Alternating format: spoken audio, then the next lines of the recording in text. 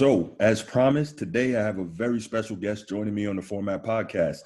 Here today to talk Major League Baseball. LeBron James and Tom Brady is a legend in the sports journalism field, 30-plus year veteran, Major League Baseball Hall of Fame voter, columnist for multiple newspapers and online publications, now co-host of the Fox Sports One radio show, The Odd Couple with Chris Broussard, and professional antagonist, the one and only Rob Parker. Rob, thanks so much for taking the time out of your busy schedule to be here today. No, thank you. I appreciate the invite. It should be fun. I'm looking forward to it. Absolutely. So let's get right to it. First thing I wanted to talk to you about this morning, Rob, is something that I never discuss on the podcast, and that's Major League Baseball. I've heard you say on many occasions your most prized possession is your Major League Baseball Hall of Fame vote. So let me tell you this, in all honesty, I'm not a baseball fan. I've tried to get into it, and I just can't. And I think even though I don't fit that demographic, a lot of young people share my feeling on it. And the demographic of baseball fans today reflect that. And I think the biggest problem with the game is probably pace of play. And for me personally, there's just too much downtime, where nothing's happening.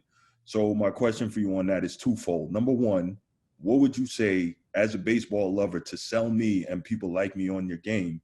And two, what can Major League Baseball do to recapture the attention of the youth and rekindle their interest in the game? See, the issue I have is I think the statements you've made are just blanket statements that are a national narrative that just don't, and I don't know, you haven't been to baseball games. I go to baseball games all the time, and there are plenty of young people there. More young kids are playing baseball today than ever before. So, it's not, yes, a lot of people don't have the attention span and they just want something, they're watching clips, but for baseball, there's a fabric to it. There's a game, there's a thinking man. It is the best quality time you can spend with somebody. So if you go to a ball game with somebody, if I go to a football game or a basketball game, I really can't interact with you because the game is on and it's kind of like that. Baseball is totally different. So we're sitting there, me and you are having this great conversation. It's the only time you're going to spend 3 hours with somebody and have their attention. But also there's this whole game that's unfolding in front of you as you go on. There's a love affair. The thing that people don't understand about baseball is baseball sells more tickets than the NBA, NFL, NHL, and Major League Soccer combined. And it's not just because there are more games. Mm-hmm. It's because there's a whole thing that goes with the atmosphere of being out at the park. It's something that I grew up. I grew up in a neighborhood with 11 guys, 9 black, 2 Puerto Rican. That's all we did is play baseball. And I know I'm an older generation, but it's just for people who use the time excuse. I've covered the NFL since 1987. Right. I've been to so many bad football games. If I can tell, this whole notion that every football game's exciting or whatever, it's just false. It's just not. I've been to dog football games where they're awful. So I think in every sport, you could do that in the NBA. People can say, why watch the first 3 quarters? I could wait till the last 4 minutes of the game. Right. For most part. Sorry about it. I have heard that the experience of being at a baseball game live is much better than the television product. Do you think that has something to do with what you said about baseball outselling all the other sports combined? Yeah, because my thing is every baseball game is on television, right? Mm-hmm. So if every game is available to fans, that gives them a reason not to go. Do you? And you got to remember, baseball is during the summer when the weather's great, and there's so many other things that you can do. So maybe you might not get it. And here's the other part that's the biggest fallacy of baseball, and you should look this up. While the national ratings aren't great, and I'm talking about national because when you talk about trying to put on one baseball game and make it important when there's 162, it's just different. But when you look at the nightly ratings in a major city, baseball, say the 30 markets, baseball will have the number 1 primetime ratings. I'm talking about between 8 and 11 o'clock in 26 of their 30 markets. They're the number one. That's why if you go Google the TV deals that baseball has, is because the numbers are unmatched locally. Maybe not a hit if there was only one baseball game available, on a Saturday, it might be different. But now you can watch every game. So there's no reason that I have to be glued in on Monday Night Baseball. There's no, football is in a totally different arena because they play fewer games. So one baseball game's ratings can't be equal to one football game's ratings because there are 10 times as many games. You would have to take 10 baseball games ratings to match it to one football. Do you see? 16 to 160. It can never be equal. The math just doesn't work out. Yeah. It doesn't work out. So that's what people say, oh, well, the NFL used to have a blackout rule. And I'm not trying to bash the NFL and the other sports. I'm just being real. They used to have a blackout rule. They had to sell 85% of the stadium in order for the games to be on. Do you know why it was lifted? They couldn't sell 85% of the tickets. So people didn't want to go to the games, and the games would be blacked out, and they would lose TV revenue. So they lifted that. That's what they had to do. The NBA, for all the greatness that's, and the players and whatnot, the NBA used to be on tape delay. Yeah. CBS would put the finals. Yeah. And it used to come on after the 11 o'clock news.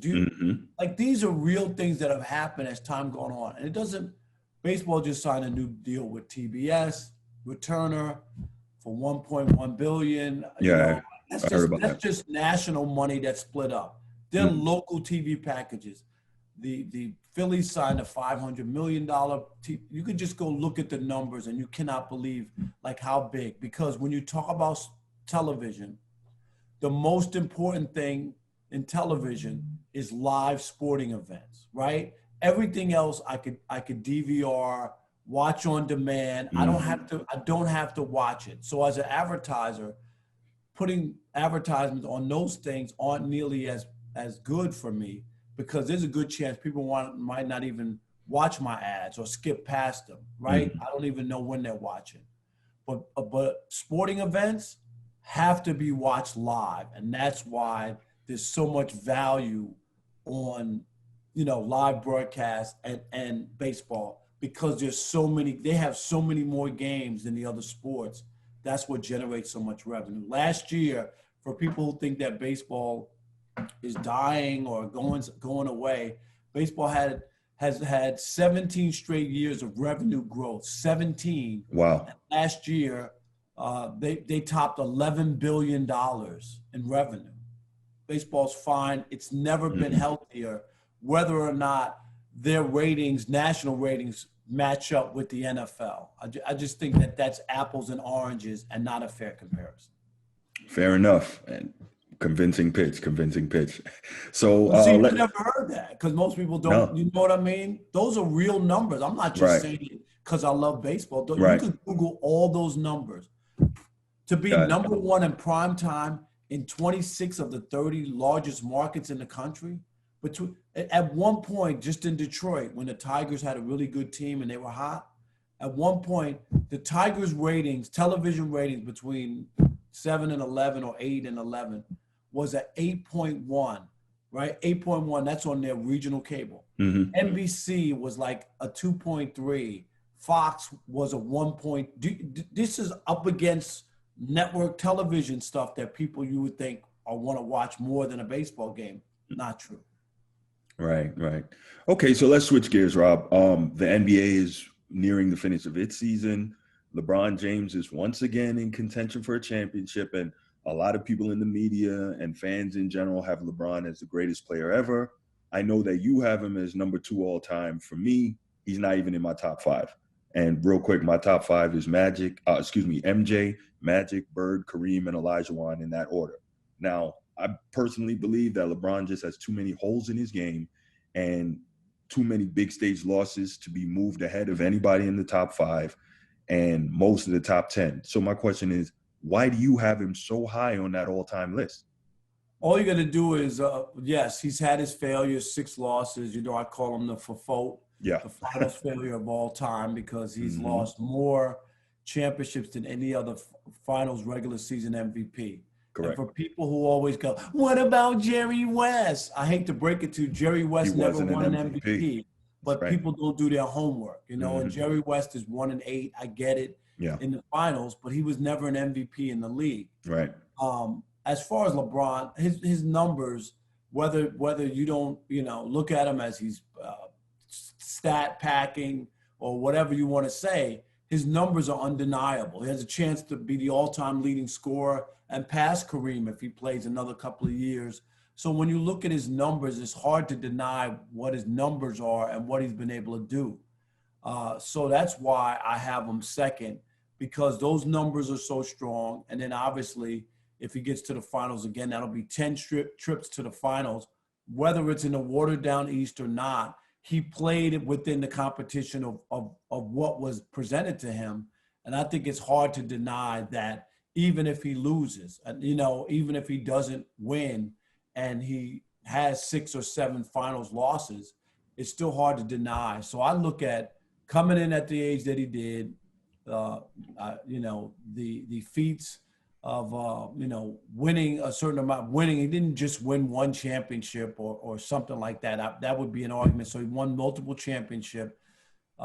He was a part of a team that came back from a 3-1 deficit, which had never happened. That's another feather in his cap. So stuff like that. When I look at those kind of places, marks in his career, I think he's second overall, but a distant second. I just don't look at Michael Jordan, who I covered, and I Hmm. was covering the NBA on a Right. daily basis when Michael played. I was in Cleveland when he made the shot over Craig Elo. I'm sitting Yeah. courtside at center court. I used to look at the sports writer to my right or left and go, can you believe what we're watching? I mean, we knew even way back when how special this guy was, and we were fortunate because David Stern had moved the press from up top down to courtside so that we could hear the game and write about it in better light. They don't understand that when you have when you have more insight and what's going on, it transfers over into what you're writing and talking Yeah. about. And Yeah. that's really it was really important for us. But I got to see all that, so that's why I have him second, a distant second to Michael Jordan, because I don't think we'll ever see anybody win at that clip. Not only was he six for six, won all 6 MVPs, I can list about 10 Hall of Famers who got shut out during his time. And that's the Yes. problem That's a with big one. LeBron, as far as, everybody ate during the LeBron era. Who didn't Correct. win a championship? Everybody won. Hmm. For me, I look at LeBron, and I think I heard Chris Broussard say this too, that he's closer to Wilt. So I see the statistical dominance that you mentioned, but Wilt is also 33% in the NBA Finals, and very few people have him as the greatest of all time, right? So I look at that. And then I look at also with LeBron, this is very important to me. I'm old enough to be now in my 4th decade of watching NBA basketball. I'm gonna be 42 in a couple of weeks, next week. So I'm old enough now to have seen basketball from the mid 80s all the way until now. And what's a big thing to me, yes, LeBron has put up tremendous numbers, but he's also played in an era where the rules have literally been changed to proliferate offensive production. He shoots a lot more threes than Mike did, for those who want to argue that, well, he scores a lot and he's not even a scorer. He shoots a lot more threes. Um, It's a different he game now, right? right. And one of the biggest things for me, when Michael Jordan averaged 37 a game, and like you said, you were covering this, he only made 12 3-pointers that entire season. And he was playing, Michael Jordan throughout his career played against at least, he played against 12 of the all-time shot blockers on the shot blocking list. And he's Totally going to different, the right? rim. He's going to the rim in a clogged paint where you had real power forwards and all these centers, Olajuwon and Kareem and Patrick Ewing and Alonzo Mourning, And don't Shaq, forget, so on and so. defensively, you could touch him. Yes, You could steer him defensively and touch him. Now correct. you can't touch anybody. If you touch somebody, it's a foul, and Right. and that's definitely advantage when you're LeBron's size and has Yes. strength. So there's no doubt about it. Right. Like So all these things are things I take into account, and why I take the statistical production of LeBron with a grain of salt. and I can't use that as, a feather in his cap to put him ahead But the only of these problem other I would push back on you is everybody could play with those rules and everybody hadn't done what he's done. So it's easy to say he's had an advantage because of the system, but there could be 3 or 4 other LeBrons putting up. There's no reason that other guys playing in other cities with the same rules couldn't be putting up the numbers that LeBron has. Do you understand what I'm saying? Yeah, yeah. So you have to give him some credit that it is his ability, not just the rules being changed in his favor. There's some of that, and finally on the LeBron topic, the last thing I thought was really interesting, since he joined the Miami Heat, the organizations he's played for, the Heat, the back to Cleveland, and now the Lakers, his organizations have made 42 trades to facilitate what he wanted. No other all-time great gets the benefit of that. Now you can say it's the player empowerment era that he helped usher in, blah, blah, blah. But what I see is he can only win a certain way with very specific types of players around him. So you get all of that. Right, It's too much for me to place him at number 2 or even top 5. No, I get that. And for that, those are his minions who always cry. Whenever he wins, they talk about how great he is. And when he loses, they always say he doesn't have anybody. Right. Like, so their argument is LeBron is the GOAT, and if he loses, anybody else on the team is a scapegoat. If they don't win this year, they'll blame the roster and blame AD or blame. Do you know what I mean? Absolutely. Rondo's washed up. I mean, this is the narrative we'll hear no matter what. So I get that part. I still think he's a great player, just not the greatest, and that's my argument for a lot of his fans. And they can believe that if you think, and it's not like Michael just won 6 finals. I mean, he's the all-time leading playoff scorer. You know what I mean? Well, I think LeBron actually passed him maybe a year ago. Yeah, LeBron passed him on that. Average?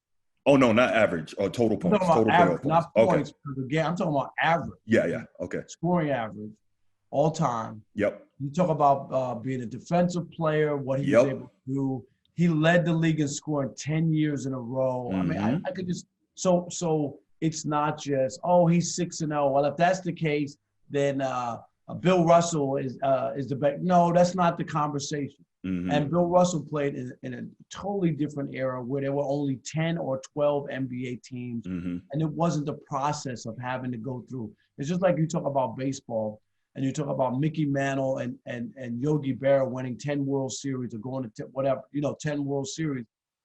It's totally different. Back then, if you had the best team, there were no playoffs. You went straight to the World Series. So if the Yankees had the best team for 10 years, you know what I mean? Like they would be the top of the American League, and they would automatically go to the World Series. When you look at Derek Jeter winning 5 championships, and you got to go through 3 rounds of playoffs to get there just to win, it tells you even how much, you know what I mean? How hard it is to win. It's a different, so you have to look at those things. And it's not to discredit Bill Russell and what they did. The Celtics, those teams, go back in sports and go look at that era. Yankees won every year. Yep. Celtics won every year. Yep. Montreal Canadiens won every year. And the Green Bay Packers. Go look. Because there was no free agency. So if you had a great team, it stayed together. So how in the world, you were already great. Do you see what I'm saying? Absolutely. So it's a little different to look at things like that when free agency wasn't involved. Got it. And finally, I know you got to run. So before I let you get up out of here, we'll jump to the NFL. And your favorite NFL topic, Tom Brady, a.k.a. the GOAT. I know what you think about that. He started more like the L.O.A.T, the luckiest of all time. Right. He started off the season obviously not looking great against the Saints in a loss. He bounced back last week. Did he bounce back? Yeah, they won. Short menu, right, Rob? Okay. I just want to make sure, but Tom Brady's been a turnover machine. He's got 3 interceptions and 2 fumbles. And that's what I thought that was what he was supposed to clean up. I was going to point to that. I think that's very interesting. I mean, that right? They said, once he gets there, they'll eliminate. That's what Jameis Winston. That's why the team couldn't win. But Brady's had 3 picks. I mean, in the first 2 games. Yeah, no, I thought that was interesting. But my question for you on Brady real quick is, how much of this do you feel is an adjustment period to everything being brand new? We know he's been in the same place for 20 years. And now he didn't have a preseason, which doesn't mean a whole lot, but it means something, getting live game reps with new teammates, new coach, new system, blah, blah, blah. And how much of it is him just being 43 years old? See, I think it has to do with him being 43. I don't expect him to get better as the year goes on. I just don't. Not at 43 years old. Things don't get better, they get worse.